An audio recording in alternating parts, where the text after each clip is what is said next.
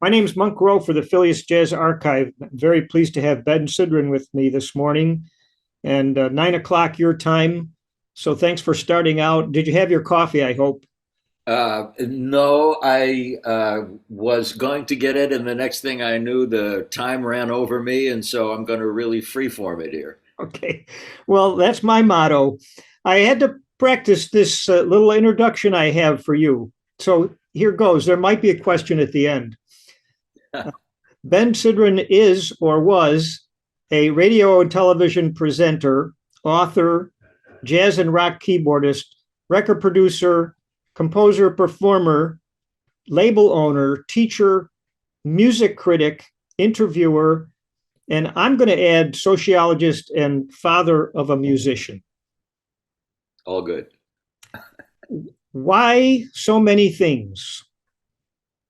Well, because at heart, I'm just a huge jazz fan. It's all I ever wanted to do was be involved in the music, and these are all different aspects of how I got involved in the music. So to me, it's all kind of the same thing. I mean, playing piano is something I've done since I was 6 years old, and it doesn't feel any different than doing an interview on the radio or uh, whatever. All those things that we tend to think of as separate really aren't at all. They're just ways to go through the jazz life, which isn't an easy process, as we all know. And so it actually made it simpler for me, not more complicated, to have more legs on the stool that was supporting me. I like that analogy, legs on a stool.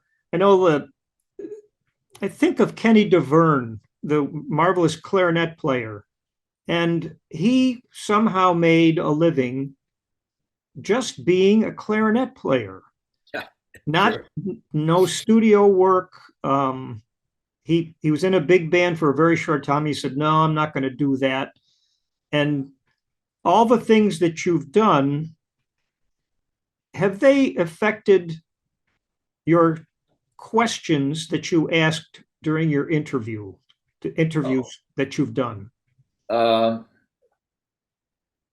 that's funny. I think of it the other way around. All the interviews that I've done have really affected my playing. Uh, in that the takeaway from so many of the people I've talked to is is is the first thing that people tell you, which is be yourself. If you're trying to sound like somebody else, you're doomed to be second best. They're already doing it. Um, so at some point, I really settled into owning my playing and not worrying about whether it was, I don't know, authentically part of the tradition or um, I stopped comparing my performance and the time I put in and my practicing. I stopped comparing it with my hopes and dreams from being a 13-year-old kid or whatever, and just accepted it. And that really came from conversations with all, I mean, Miles Davis, Sonny Rollins, Art Blakey, anybody you talk to will tell you that. And that's the takeaway. Like I said to I think it was Herbie Hancock or whatever. Like, what was the influence of being with Miles? And everybody said the same thing: be yourself. That was the whole takeaway. Not this note, that chord, this approach. Just be yourself. Did you have a particular question? You sort of just answered it, but it was specific to Miles. But I have a question that I usually ask about improvising. What are you thinking about when you're improvising? And I almost always get the same basic answer. I'm not going to say what it is, but I mean I could, but I wonder if you've had questions like that you usually Well, get the same answer. uh, well, yeah. One of them is where does your sound come from?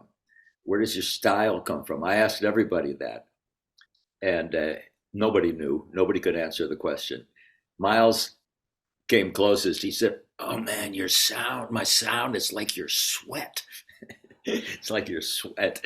Uh, so I asked everybody where your sound comes from and where your style comes from. Um, and it makes sense that nobody can answer that because you can't really see yourself or hear yourself the way other people do.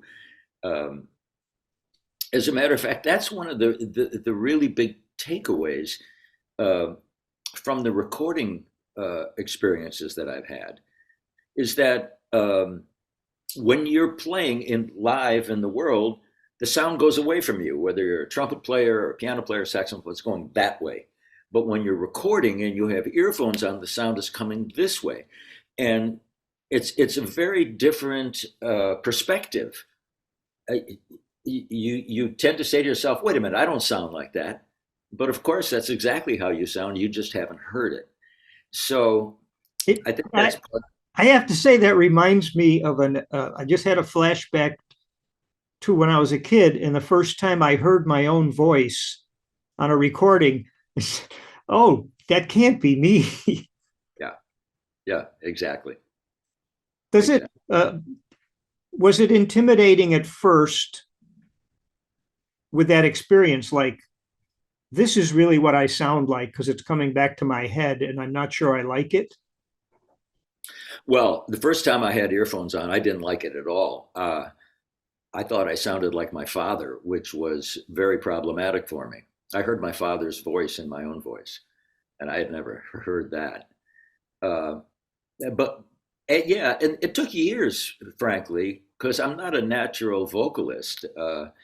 I, sang and do sing, continue to sing because it's a way to present certain musical ideas. But I didn't start out wanting to be a vocalist or a singer, and I had never put any time into um, learning to use my voice, and particularly with a microphone.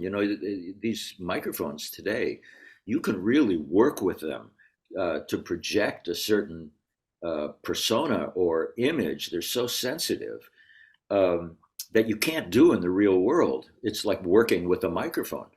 And that's this whole territory that opens up for you once you get into a studio. Reminds me of, I had a conversation with Dave Frischberg, and he said, when I write, I'm writing according to the limitations of my own vocal ability. And then he said, I bet Mose Allison would say the same thing. A lot of his songs are shaped by the way he sings. Yeah, I think that's true. Uh, I know Mose also believed that he had to be playing piano in order to sing, that they were of one piece. He had to be sitting at the piano and accompanying himself when he sang.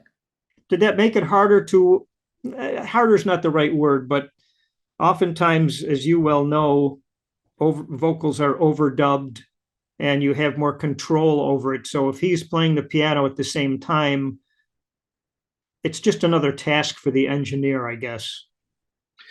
Um, I made six. I was his producer for a while. I produced six records for him, and he didn't overdub anything. Everything was captured. Nothing was manufactured. Um, but if you listen to his early recordings, he tends to make kind of grunting sounds when he's improvising. A lot of jazz musicians do, but on his first records, the engineer could have muted his vocal mic during his solos, but didn't. And he was treated harshly that way because the records would come out and you could hear him, and reviewers commented on it. So there is a responsibility from the engineer, but generally speaking, um, for Mose, it was one thing. He was not going to separate it out. You said in around 1990, during one of your presentations, you have a desire to demystify the world of jazz. Jazz musicians are just like the rest of us, only more so. Yeah, Can you expand on that a tad? sure. Uh, I first fell in love with the music when I was like, well, that's not fair because when I was really little, I liked boogie woogie, and that's pretty close to jazz. And just the drive and forward momentum of it felt so good when you're an 8-year-old kid, man. I loved that. But when I was like 12 or 13, I heard a Horace Silver record, and it really just stunned me. I thought, who are these people? Where are they? How can I find out what they're doing? What is this thing they're doing? Because you got to remember back then, this would have been in the 50s. They didn't really teach jazz anywhere. And if you wanted to learn it, you had to get next to the people and be there. And so it was like learning a foreign language. It was free range. And so I became fascinated with the people who made the music as well as the music. And I found, first of all, there was so much unspoken brotherhood among people trying to play this music. The music is so difficult, really, that I would say everybody that I ran into coming up was very accommodating. They weren't overly friendly necessarily, but they respected the effort that you had to put in to try to be a player. And I found also their sense of humor is what got them through the life and the music. That it's kind of a foxhole sense of humor. And there are all these elements of being a jazz musician that were very typical of just being alive in the modern world, except they were heightened, they were focused up. The life of a jazz musician was such that all the kind of things that people tend to bury as they go through life were closer to the surface with these people, and they tended to be very philosophical. Philosophical humor really stood out to me. So that's what I was thinking when I said they're like everybody else, only more so because people at the time were putting jazz musicians at arm's length. Oh, well, they're different. Or, oh, that's a different kind of person. You have to be a certain kind of person to be involved in this nightclub scene or this whatever. And basically, if they didn't approach it that way, they would put him on a pedestal academically. Oh, well, he's a genius. Oh, that's a genius. He's not normal. And so my thought was, in the service of the music, it would be helpful to find a way to let people know that this music, as Johnny Griffin used to say, is your music. It's my music. It's everybody's music. There's nothing that I hear that you don't hear. We all hear the same stuff. So that's kind of where I was coming from with that idea. You spoke about how their emotions were amplified closer to the surface. It reminded me, I had a note to myself that 40 years ago, during jazz class, your presentation, you said, jazz is in trouble, partly because of the long form and our increasingly short attention span, but also that it brings out emotions that people tend to want to avoid. I said that, did I? You did. I have some quotes here. But if jazz was in trouble 40 years ago, where is it now? Well, there's a lot of discussion about that today. And it centers on the fact that we have so many people learning it in academic situations and what's the impact of that. I mean, and that goes right to the question of style. Where does style come from? Almost everybody, when they get down to it, will say that style comes from how you recover from what you perceive to be as mistakes. They're not mistakes, they're opportunities. And it's in the recovery of playing something you didn't intend or whatever that your sound comes out and your style comes out. But if you learn the music as part of a syllabus, if you are in fact graded on the music, that's going to give you an entirely different relationship to the experience of playing the music. So while today we have brilliant young players, I mean, every instrument, piano players, saxophone players, they've never been better prepared to play this music. And with the internet, everything's available. It's incredible. Yet something has been disrupted in the tradition, and it has something to do with being a sideman and learning out on the road and being on a bus with other musicians. It has something to do with the grit that was in the music that tends not to be in the music that way anymore because, it's often said, you know, if you spend 8 hours a day in a practice room, you're going to sound like you're in a practice room. If you spend 8 hours a day hanging out with musicians and riding on the bus like they used to do, that's going to affect how you sound as well. So I wouldn't say jazz is in trouble because there are more people playing it today than ever before.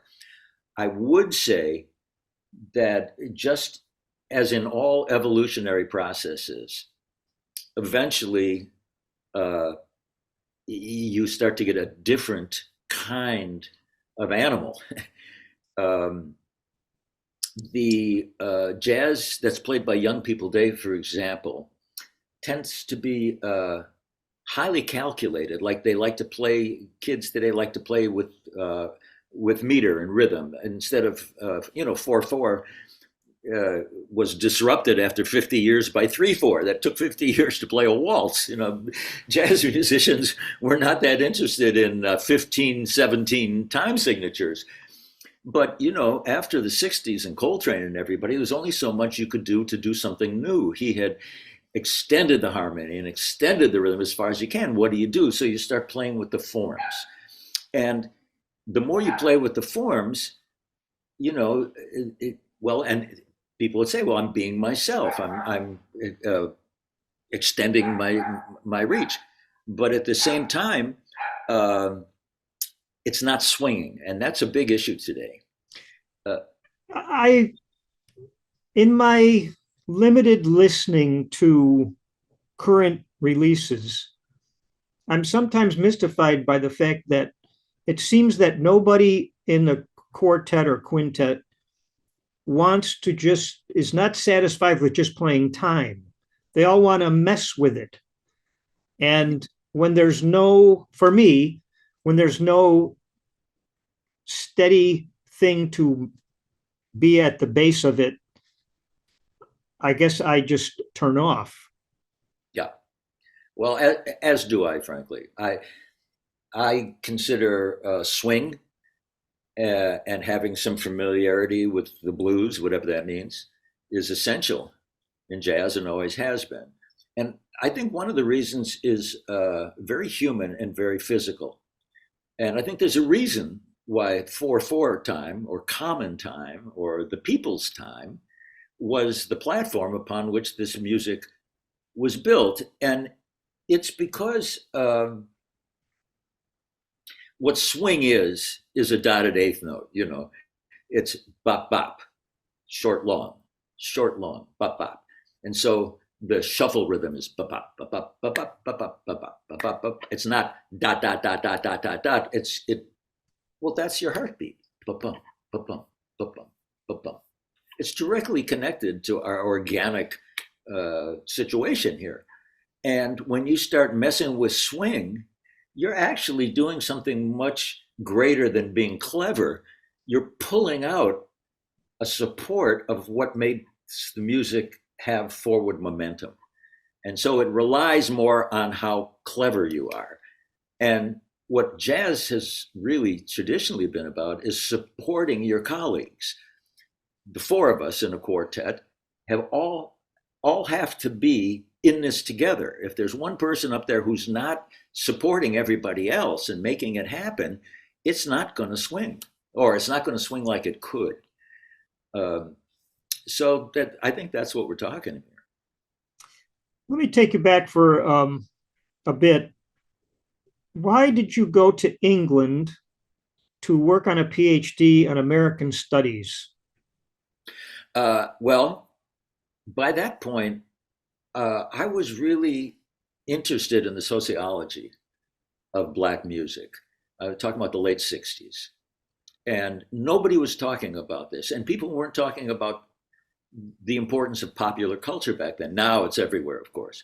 But back then, popular culture would have been irrelevant in the academic world. Who cares, or who even knows what it is? It was Marshall McLuhan's understanding media that got me started thinking about how we perceive the world and how we move through it in terms of what we hear, what we see, what we do is not just a reflection of who we are, but a cause of who we are.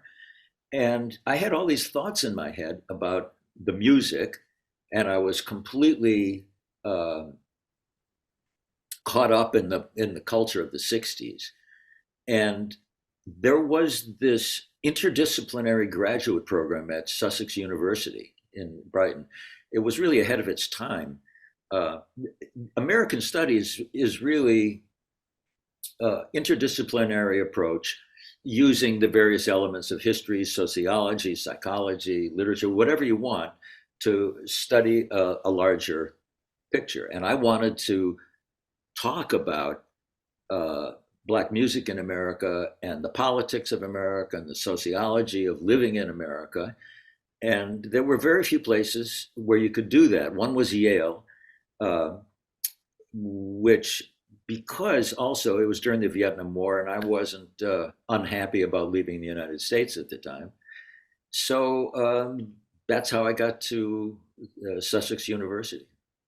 Did the British professors, well, maybe you don't have a comparison for this, but I'm just wondering if their attitudes and philosophies about America would be significantly different than American professors. Absolutely, absolutely. I was stunned actually my first semester there when I took a seminar, the title of which had something to do with the American identity. And I didn't know Americans had an identity. I had no thought about an American identity. I mean, I could give you a précis of the French identity or the British identity, but I always thought of America as just being chaos in a way.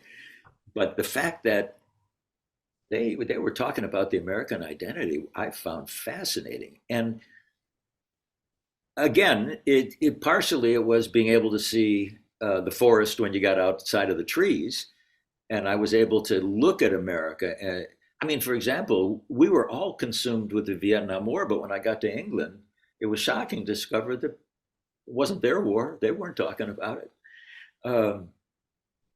Yeah, and the courses that I took were very interesting and applicable to what I was concerned about. Like I had a sociology course, and my takeaway from that course was, to the other guy, you are the other guy. And I thought that's, we're all together in this. We're all outsiders in some sense. Yeah. I wonder, I'm picturing a scenario that you write home to whomever, and yeah, studies are going good. And yeah, and I'm doing sessions with Eric Clapton and the Rolling Stones. I never wrote that. It was such a smaller scene back then. Like if you say the Rolling Stones now, what you picture is $1 billion organization going around the world in trucks and planes and stuff. But this was 1967, 1968. I mean, they were well known. They had some hit records, but there was a scene. This one particular recording studio is called Olympic Studios. It was outside of London. I went to school in Brighton, which was a 1-hour train ride up to London. And while I was in graduate school, friends of mine from San Francisco had come over to England. They had been signed to Capitol Records, and they were going to make their first record in England. And so I would go up at night on the train and play on the sessions, hang out with the musicians. And in this studio, Olympic Studios, everybody was just hanging out. I got to know Charlie Watts pretty well, big jazz fan. Uh, Eric Clapton showed up on a session I was doing with an American guitar player named Jesse Ed Davis. I mean, people were just hanging out. And there was some advantage to being an American musician who had not just listened to the records, but been there and seen it. I mean, Peter Frampton and Eric Clapton were both completely obsessed with playing the blues. And when you came and you had spent some time in Chicago, and yeah, I saw Muddy Waters, I saw these people. It was very open that way. It wasn't, very soon thereafter, the record business took over the music industry, and everything became, frankly, about money. But there was that period, and particularly in England, I think, because the success that the British musicians had in the United States made a lot of musicians in the United States sit up and pay attention to our own music. There was a time when it was all available and people were hanging out. And I don't think we thought about it. I certainly didn't think about it as being unusual. It was only years later when somebody would say, like, well, what was Mick Jagger like? Well, he was a nice, polite guy. I mean, he was just a guy. And the record business really separates musicians based on economics. So when Herbie Hancock, for example, got really famous back in the early 70s, one of the effects of that is it pulled him out of the pool. You weren't hanging out with Herbie Hancock anymore. Anyway, no, I never wrote home about any of it. I just thought it was the way things were. How did they present the Stones or these other folks you worked with? How did they present the songs to you? Did they have a chord chart, or they said, here's how it goes, sit next to you with their guitars, and you just learned it that way, then played your part? Yeah, and you didn't have a part, you made up your part. Yeah, it was the old oral tradition. You listen to the song. Sometimes somebody would just play the song and play it over and over again until you found it, until you found something that you could add to it or whatever. Very improvisational. Very rarely did you even see a chord chart. What's the first thing you went for when you trying to learn this song just by hearing it? I'm picturing you at a keyboard, like, I think I know the answer to this. You'd find out what key you're in. Yes. Yeah. Absolutely. Listen to the bass player. That's it. Listen to the bottom. Absolutely. What are we doing here? And then try to get a sense of the shape. Not everything is a 12-bar blues. What's the shape? What's extended? What's the purpose of that movement where the chord moves right there? What's the purpose? Is it to make it bigger? Is it to make it smaller? Is it diversion? And how can you amplify whatever the intention is? That's sort of how I look at it. Not at all in terms of the notes or harmonics, but just recording is a lot like painting, I think. You're really using colors and rhythm and stuff. And so when you first start out, you think it's about energy and jamming, but it's not. It's not, because what sounds big in the real world, like turn up the volume, when you put a microphone in front of the amplifier, it actually sounds smaller on tape. If you want something to sound big, you make it soft and you put the microphone right up next to it, and coming out of the speakers, it sounds huge. So, recording is a whole other world, frankly. There's the Wurlitzer piano shows up in a number of your videos. Did they have Wurlitzer piano over there? Yeah, they had everything. And the Wurlitzer, was before the Fender Rhodes. It was the first electric keyboard. That's the one Ray Charles played on What I Say that just blew everybody's mind. And Joe Zawinul on Mercy Mercy. Yes. And it was the first opportunity for a keyboard player to have a volume control. The guitar players had volume, but keyboard players had a microphone stuck in a upright piano. It wasn't fair competition. The Wurlitzer was great. Am I correct that you have a degree in English literature? My undergraduate degree is English literature, yeah, and then my graduate degrees are in American studies. I wonder if you can imagine when you were studying English literature that you were going to be a lyricist who wrote, I'm looking for the correct adjective here, down home lyrics that tell an interesting story. Uh, it's all it's all due to Mose Allison and Bob Dylan. Those two guys wrote in a way that I really respected, and uh, I never wanted to be a clever writer. I wanted to be kind of a Hoagie Carmichael sort of guy, or some piano player sitting in the corner, kind of telling a story. Uh, it's part of the romance, I think, of what I thought of as the jazz life early on, being that character. So the you create your persona, you create your character. I mean, I'm exactly who I am when I'm on stage, but I'm focused. It's not all who I am. It's a part of who I am that I want to communicate in order to tell a particular story. And the lyrics that I've come up with over the years in the songs all serve that, um, which is a lot like, I think, writing a short story where everything is trying to serve not just a punchline or a message, but an environment. This is an environment. This is, there doesn't have to be an answer to everything. We can sometimes just paint the picture and let the picture talk for itself. And so that's kind of how I approach lyric writing, not literally like storytelling, but embodying a point of view and letting that point of view tell the story. Do you have a title in mind before you start most of your songs? That's a good question. Um, I often do.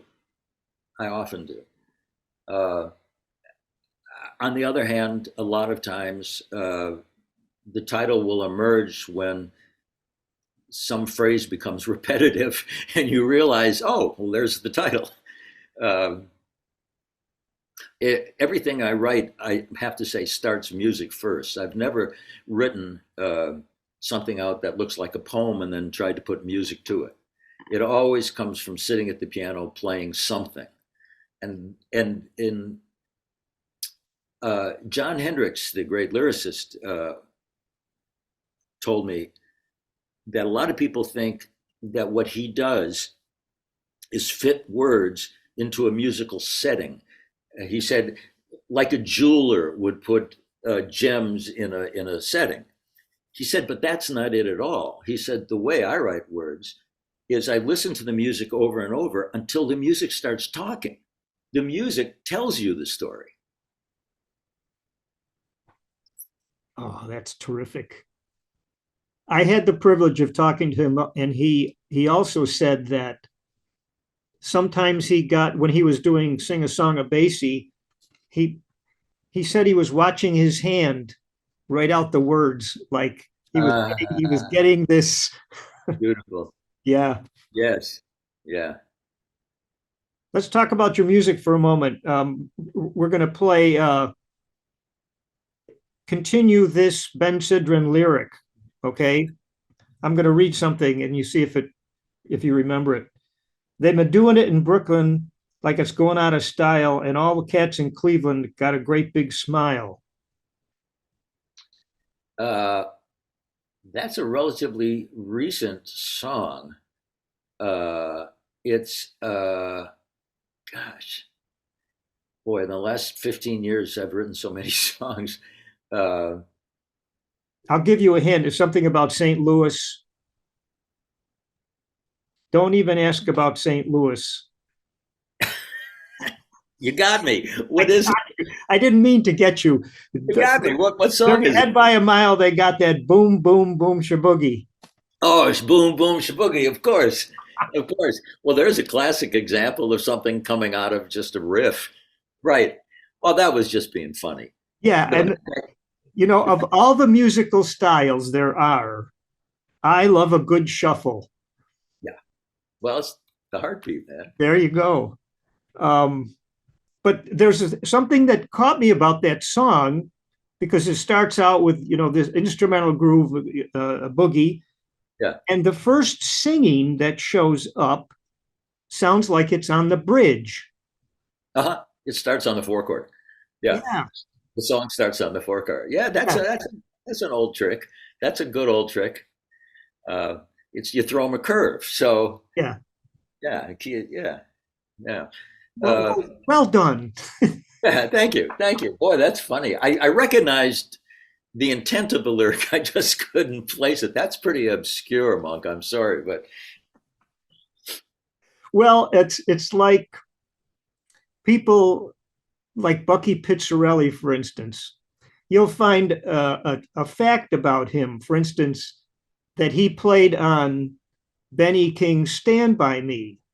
ah, And you'll tell him that, and he'll go, I did? yeah, yeah. So many sessions, and you can't remember everything. Well, and the songs that you remember most, obviously, are the ones that you tend to perform.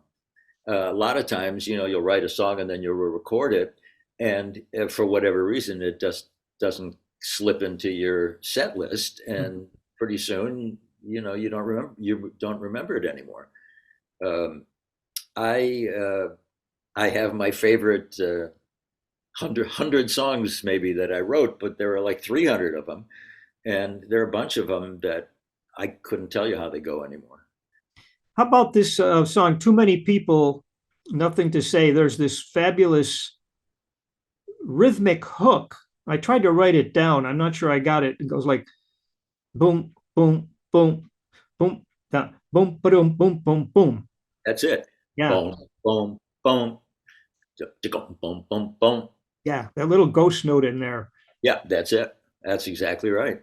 How did the clarinets come to pass? Where does that come from? You have people on John the Ellis. board who make suggestions. Is that all you? No, the John Ellis, who played clarinet. I've been recording and playing gigs with him. I don't know, maybe for 10 years now, and he's got this real fresh, open sound, and that was overdubbed. I mean, we had that track, and that, as you're absolutely right to say, the whole track is built on that ghost note, and the lyrics. Uh, Too many people got nothing to say.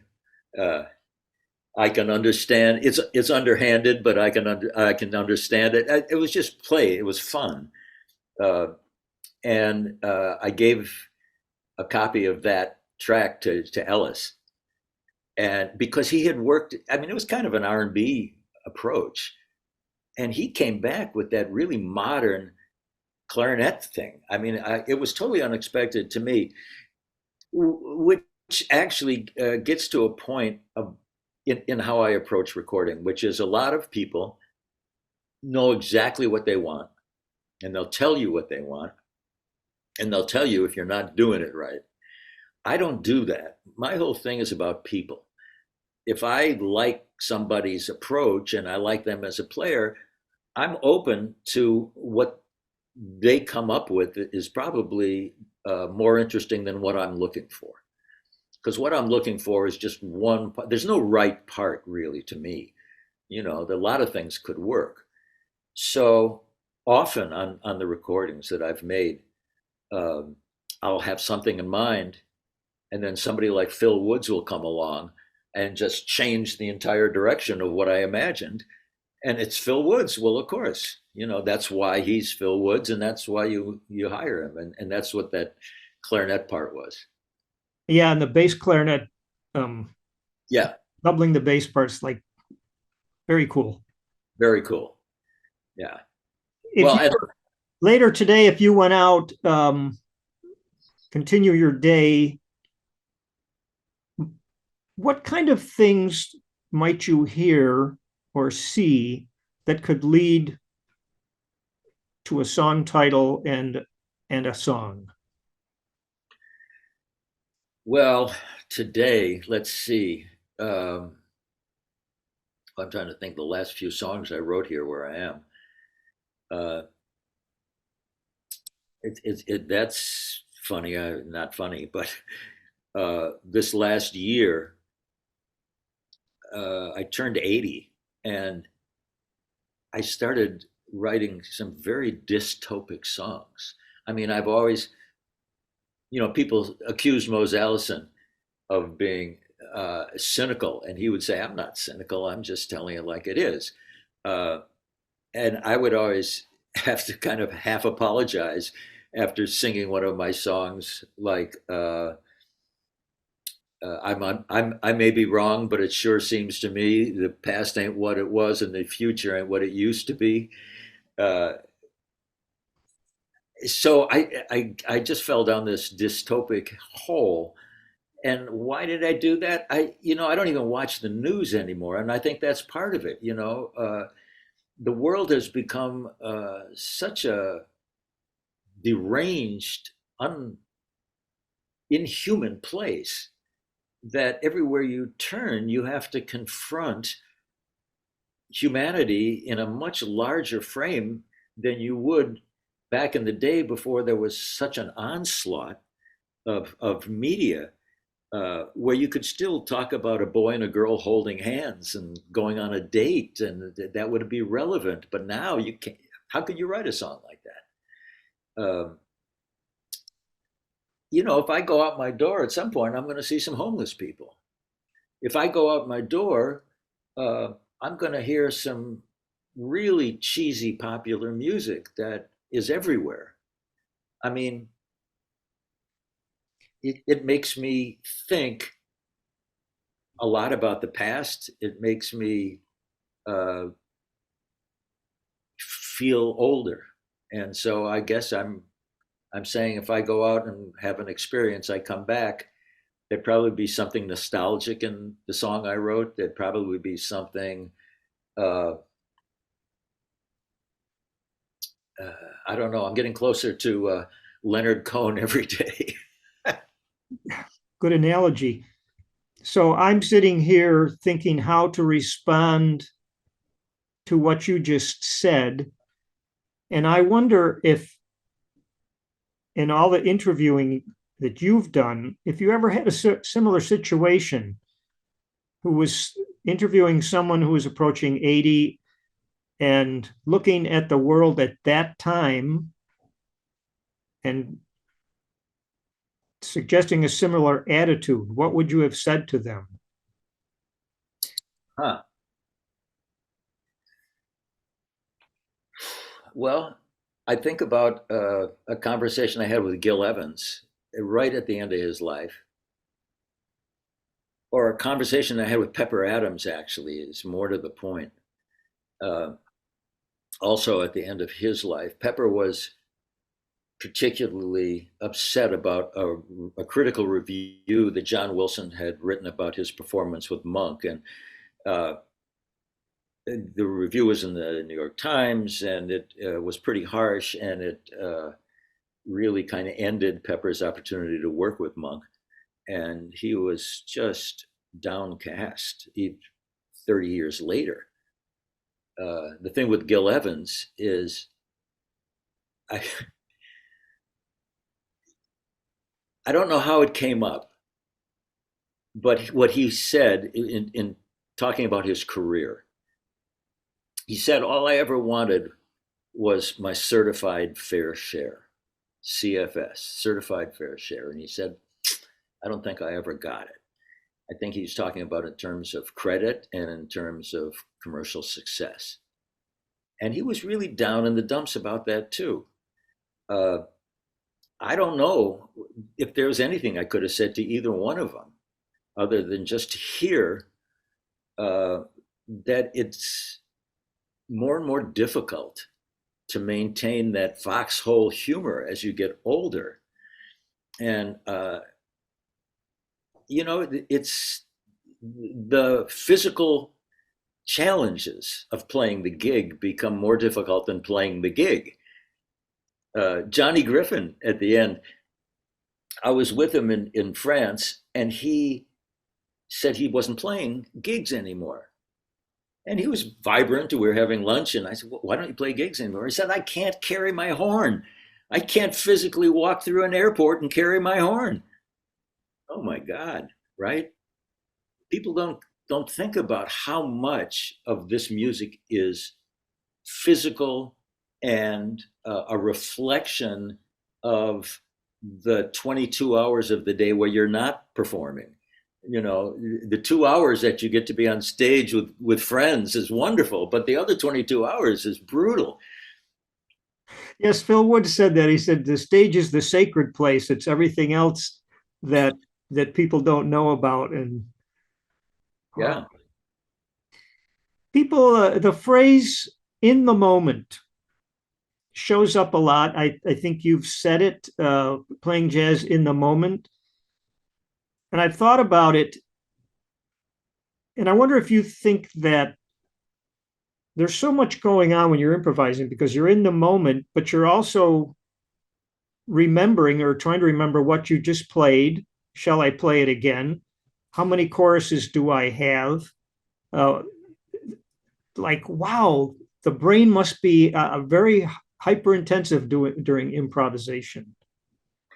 Well, I don't think we're aware of how fast our mind works. It's really, really fast. Like when you have a thought and then you have another thought and then you have another thought, they could be all over the place, but they just pop up, pop up, pop up.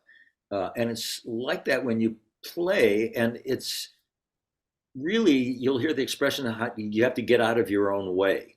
But that's a good description of what it means to be in the moment, to get out of your own way, to if you're going to be in the flow of time, if you're going to be in the stream, then you don't, even though you have to be aware of the context of where you are and what you're playing, whether it's chord changes, whatever, whether it's, physically where you are on stage, and even though you're aware of all that, you can't really be judging it. You don't have time to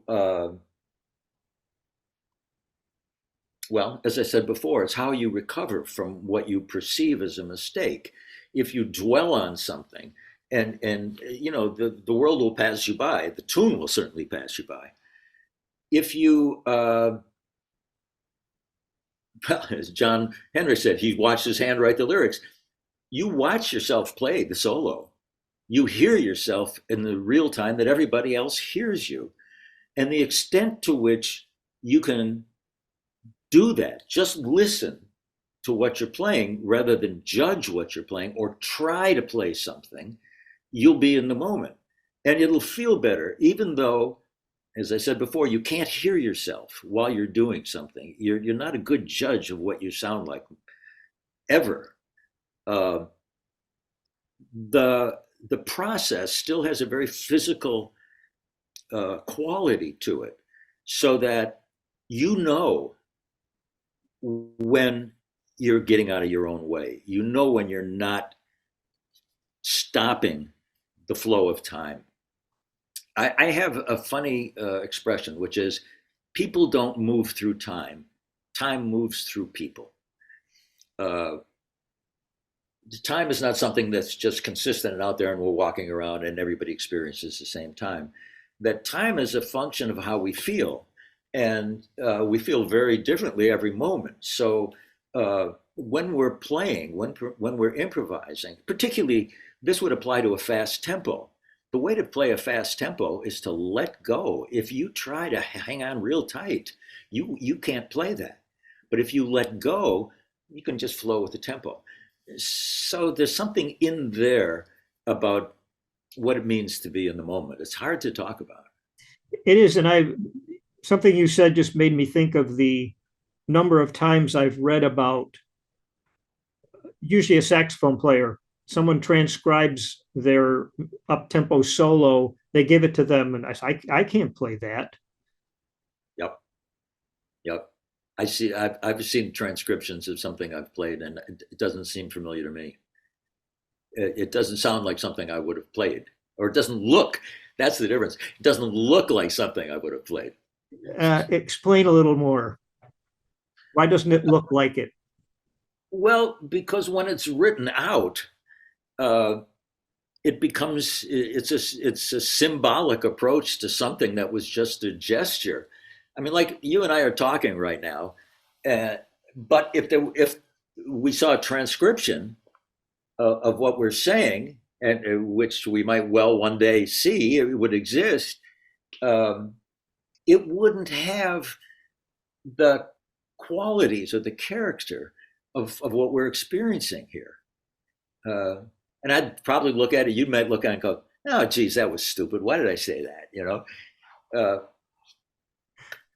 it's the same thing. Have you ever had someone not only transcribe your solo, but try to explain it? I'm thinking of some of these solos that I sometimes think some of these PhD candidates have to do some publishing, and they'll take a solo and there'll be a phrase where they just have to find a way to justify a note. Oh, yes. Yeah. It's simply could have been an unintended note, but damn it, we're going to figure out a way to call it something.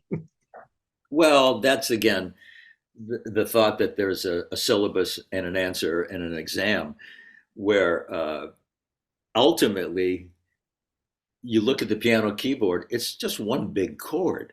There's no wrong note. It's just one big pool of possibility. And,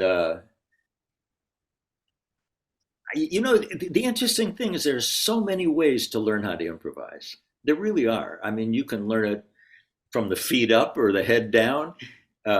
You can learn to do it through the harmonics. You can do it through the melody. You can do it through modes. You can do it. There's so many ways to learn how to improvise. It makes you realize that these are all symbol systems. These are all grammars. There's the harmonic grammar. There's the melodic grammar. Whatever appeals to you, depending on your nature, is probably how you'll approach it.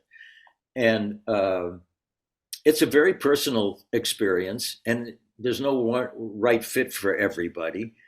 But basically, it's a conversation, and the grammar that you use determines what you get to say. Just like there are some things you can't say in English, but you can say 5 different ways in Spanish, or you know, the grammar that you use is part of the box you're in, and you're trying to get out of. You're trying to push the boundaries. And as we all know, there's no freedom without boundaries, because there's no definition of freedom without the lack of freedom. So I think I'm totally confused. It's all right. I was just going to say, when we will be transcribing this, and you're very quotable, Ben. Oh, You have yeah. some gems in there. I'm wondering, going back, were your parents happy with your career choice, and are you pleased that your son has gone into music? Well, I was told growing up not to think of music as a career path. It was my parents were happy that I played piano, I guess. You know, they didn't pay any attention to us back then. That's the bottom line. I mean, kids were really free range 60, 70 years ago. Uh, but they were happy I played piano. I guess they were proud of me, but it was never thought of as something serious to do. My father died when I was 24 years old, I guess, 25. So he never saw what the career path turned into. Uh, my mother was thrilled that I became known that people would know her son's name. That was really thrilling to her. Um, but, I think the reason that I went and got a PhD was because I was really trying to please my father, uh, who obviously sent me the message that music was fine, music was fun, but life was serious. And I had, when I passed the oral exam, and there's this moment where somebody says, "Congratulations, Dr. Sidran." My feeling was one of great letdown. I felt, that's it. I thought something would change. I thought there would be some bigger payoff to all that work. That's it, huh? Uh, but the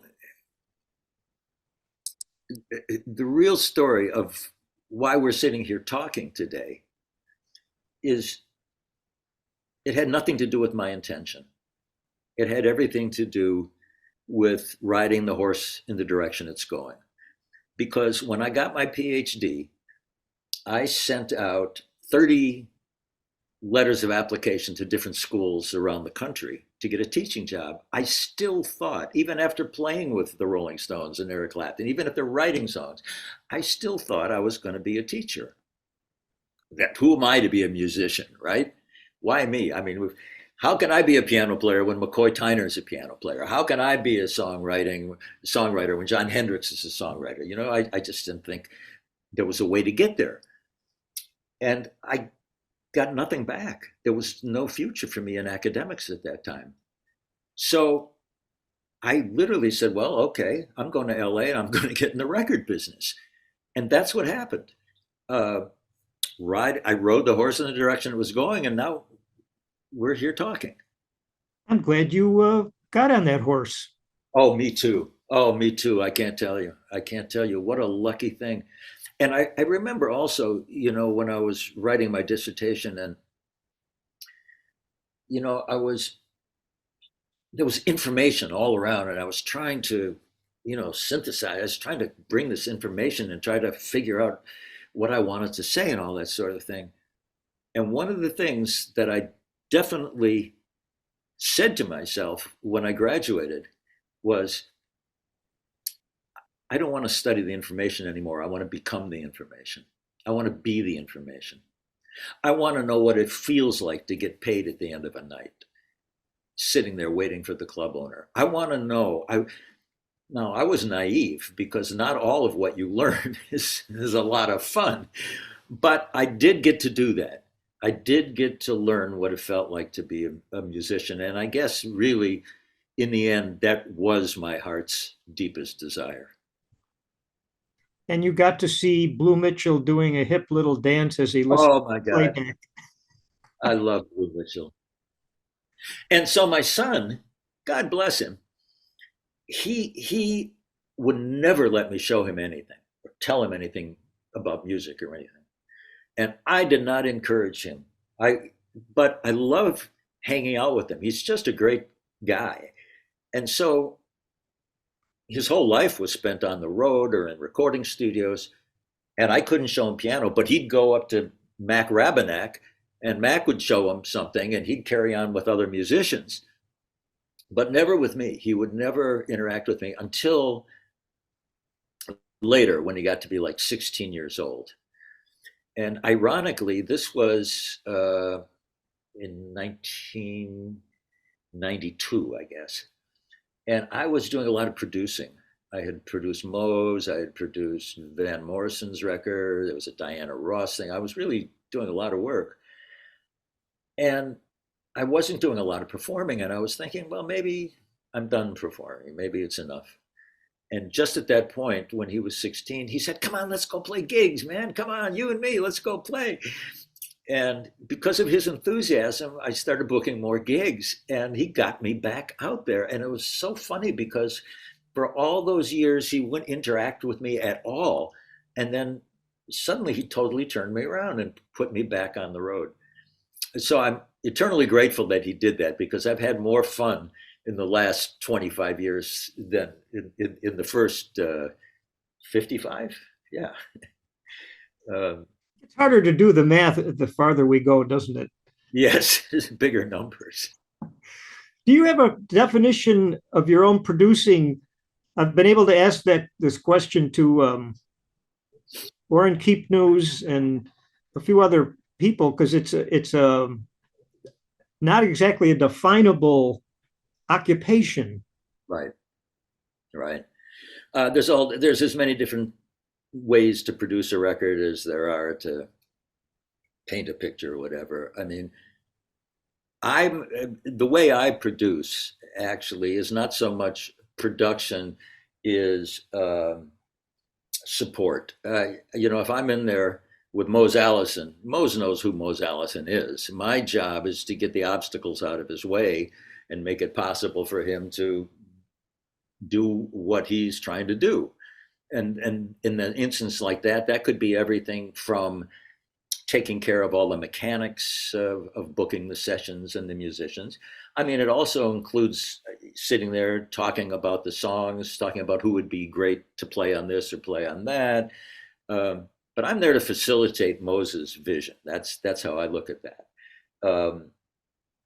Other productions, especially in the world of popular music, um, they have to be, by definition, a little more hands-on. And it's not so much facilitating, is trans translating the image, because pop music is so much about image, translating the image that somebody brings to the music. And a lot of that is kind of giving the artist the confidence not to feel they have to fill up all the spaces, to just to leave a little sense of risk taking, because when you're in there in a commercial situation, everybody wants to control everything. Nobody wants to be exposed, right? So I feel like if you can leave a little spit coming out of the horn, that's good for the listener. The listener gets to feel like, oh, it's a real person. So that's kind of how I approach it. There's no real magic. It's being in a room with a bunch of people, and while you're in that room, trying to make that room the best place to be, make it enjoyable, make it profound, make it seem like nothing's going on, but we're ordering lunch. Never give the impression that anything is critical.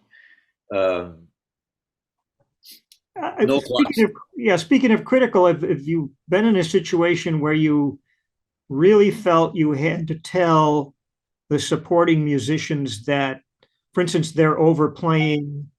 Let's keep it basic. I guess I'm thinking of bass players and drummers, especially.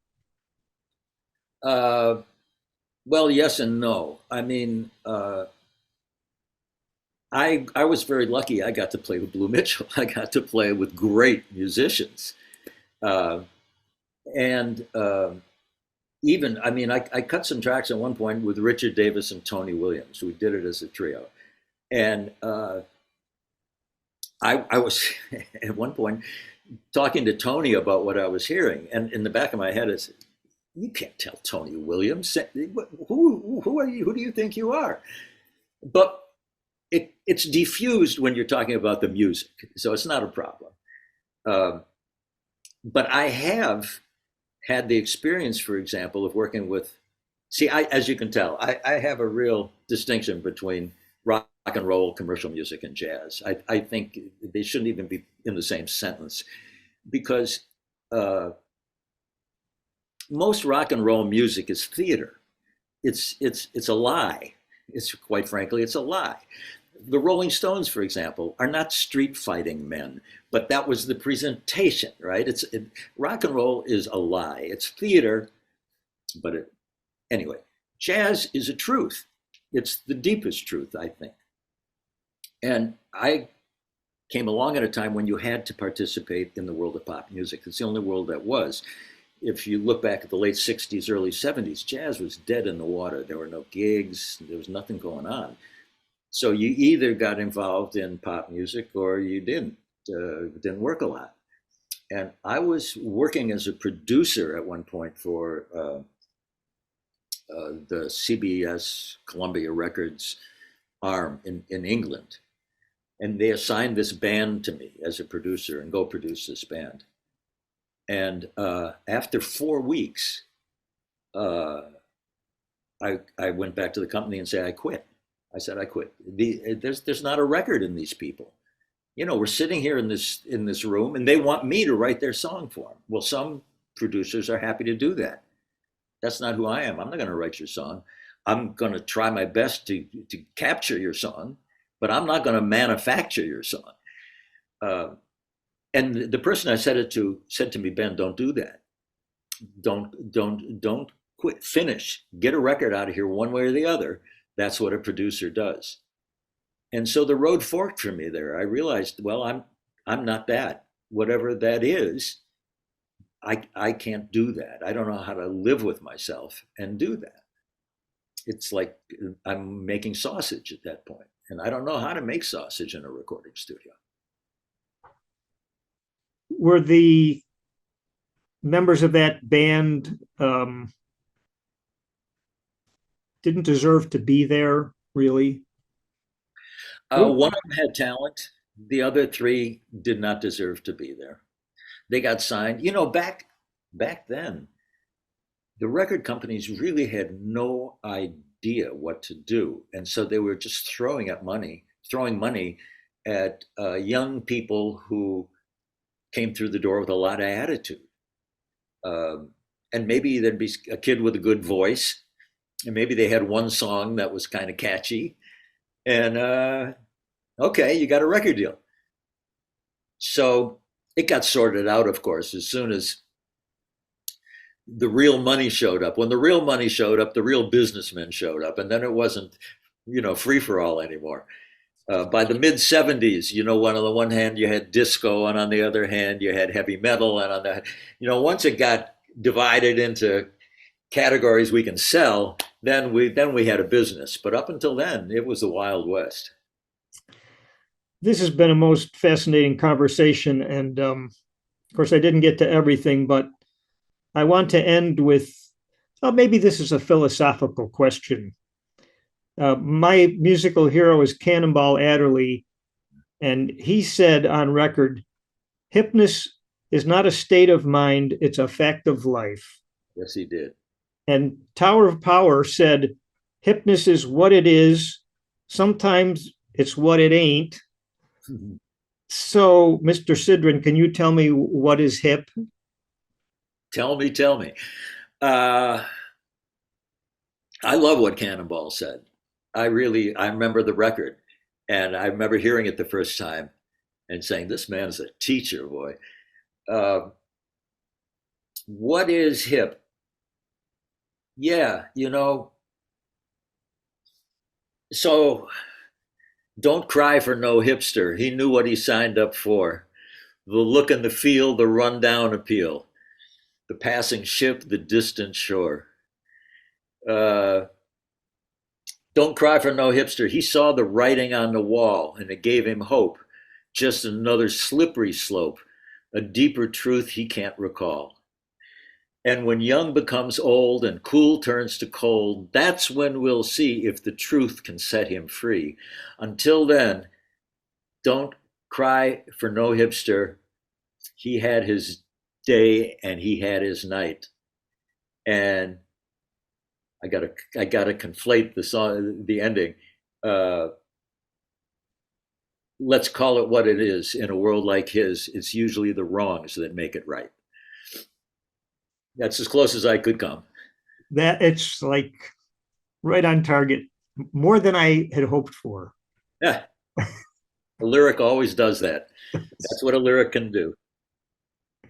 How old is that lyric? 15 years. Okay. Something like that. Keep it up. Yeah. Thank you. Well, I am just finishing up a recording. Every time I make a record, I assume it's the last record I'll ever make. I never think that this is just a piece of a process. And so this new record, as I said, it's kind of dystopic because that's what I felt like last year. And there's a song called "Are We There Yet?" The lyrics are, "It came so softly that nobody heard it. The next thing you notice, the streets were deserted. Lights were flashing, sirens were wailing, people were calling out, but the systems were failing. What did it feel like? I can't remember. I think it was a Tuesday, deep in December. Are we there yet? Are we there yet? Are we there? Uh, that was my way of capturing what the last couple of years have felt like. And there was no way to control that. When that song got written, it kind of told me where it was going, and I had to follow along. So when you say keep at it, all I have to do is just keep walking around the world. It's not volunteer. It's happening to me too. I guess that's the point. Are you tending more towards minor keys? Yes, yes, absolutely. But primarily because they're fun to play. Uh, minor keys. It's the whole 2-5-1 thing, right? You know, why go 5 major to 1 major when you can go to 2 minor to 5? I mean, it's that 2 minor that's more fun than anything. It's You know what? You know who said that? Ooh, Dave Frischberg. really? Yes, he did. And he said, I had it here somewhere. He was talking about the the 2-5 is this the secret of the universe or something like Yeah, that. yeah, I get it. Because if you hang out in that harmonic space, uh, it's like everything's a kind of roller coaster. It's fun. You're always on the way there. You never have to get there. You're always in the process. It's great. When are we going to get there? Not soon. Not soon. Hopefully, not too soon. Yeah. Hey, thanks, Monk. It's been a pleasure. Really. Likewise. Thank you very much. I'll just pause this and we'll have our goodbyes. So we're back for a little addendum. And the question was the fact that I often ask, what's the worst gig you ever played? And I guess you had one. Yes, the worst gig I ever played was as the opening act for Rodney Dangerfield. It was at a theater in Tucson, Arizona. And Rodney, of course, being a Las Vegas comic, often worked with jazz musicians. And so the promoter thought, oh, this will be great. Ben's kind of a hipster and Rodney's a hipster, and we'll put them together and it's great. Well, Rodney had just done this movie Caddyshack and been on the cover of Rolling Stone. So in the time between when the gig was booked and the gig actually happened, Rodney had blown up into this caricature of himself. And there were 2,000 kids in this theater who had memorized Rodney's latest record and were prepared to throw the punchlines back at him. It was a circus. It wasn't a gig. So I opened. Oh, and we're doing two shows. And all I got to do is 20 minutes. I open for him. But here's the catch. The catch is Rodney has musicians in his act. He likes to work with a piano player and stuff. And he gives them different names. I say this because I know that I'm going to go play my opening set as Ben Sidran, but then I'm going to come back out on stage as the piano player Styles Bitchley, that's the name he gave me, and play behind him. Okay, it's Vegas. This could be cool. So we're waiting on the gig. Rodney shows up late. He comes in on a private little plane. He's got 2 hookers with him. He comes in to the backstage, and the next thing you know, he's padding around in a bathrobe and slippers. And you hear from the dressing room one of the women saying, Rodney, you promised that. It was just, oh my God. So, okay, I go on stage, do my 20 minutes, no problem. Except I played 2 chords, and from the back of the theater, you could hear this thing starting, Rodney. And they start chanting his name. And it's like I'm playing this little acoustic piano, into a windstorm. It's like the storm is coming at me. I can't hear myself.